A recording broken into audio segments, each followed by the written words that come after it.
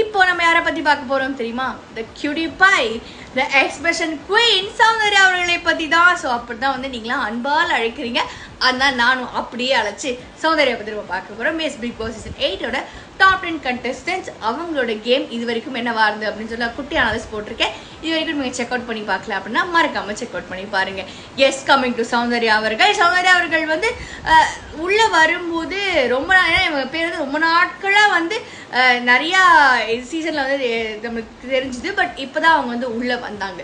அவங்க உள்ள வந்த போதே நிறைய இடங்கள்ல வந்து எனக்கு தெரிஞ்சு அவங்களுக்கும் ஜாக்லினுக்கும் நிறைய இடத்துல சண்டை வந்து வந்துக்கிட்டே இருந்தது. அப்போ அவங்க ரொம்ப ரூடா தெரிஞ்சாங்க. நாட்களாக நிறைய இடத்துல அவங்களுக்கும் சத்யாவுக்கும் ஃபைட் வரும், அவங்களுக்கும் சாச்சனாக்கும் ஃபைட் வரும். நிறைய இடத்துல ஓப்பன் பண்ணி அவங்க பேசிட்டே இருந்தாங்க. நாளாக ஆக அவங்க வந்து ரொம்ப சேஃபரா ஓகே என் கேம் இப்படிதான் இருக்கணும், நான் இப்படிதான் விளையாடுவேன் அப்படின்னு சொல்லிட்டு அவங்க மாறின மாதிரி எனக்கு தோணுச்சு.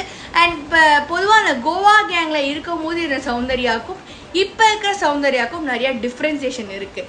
ஆனால் வந்து நம்மளோட ஒருத்தவங்க ஃப்ரெண்டாக இருக்காங்க, நம்ம அந்த கேங்கை விட்டு வெளில வரணும், நம்ம அவங்கள பற்றியே பேசணும் அப்படிங்கிறத தயங்காமல் இதுதான் என் கேம் பிளே அப்படின்னு சொல்லி விளையாடுற ஒரு பர்சனாக நான் வந்து அவங்கள பார்க்குறேன். அண்ட் அதே மாதிரி பிக் பாஸ் ஷோலேயே ஃபஸ்ட் டைம் ப்ரப்போஸ் பண்ண ஆளுமே அவங்க தான். ஆனால் அவங்களுக்கு பிஆர் டீம் இருக்காமே.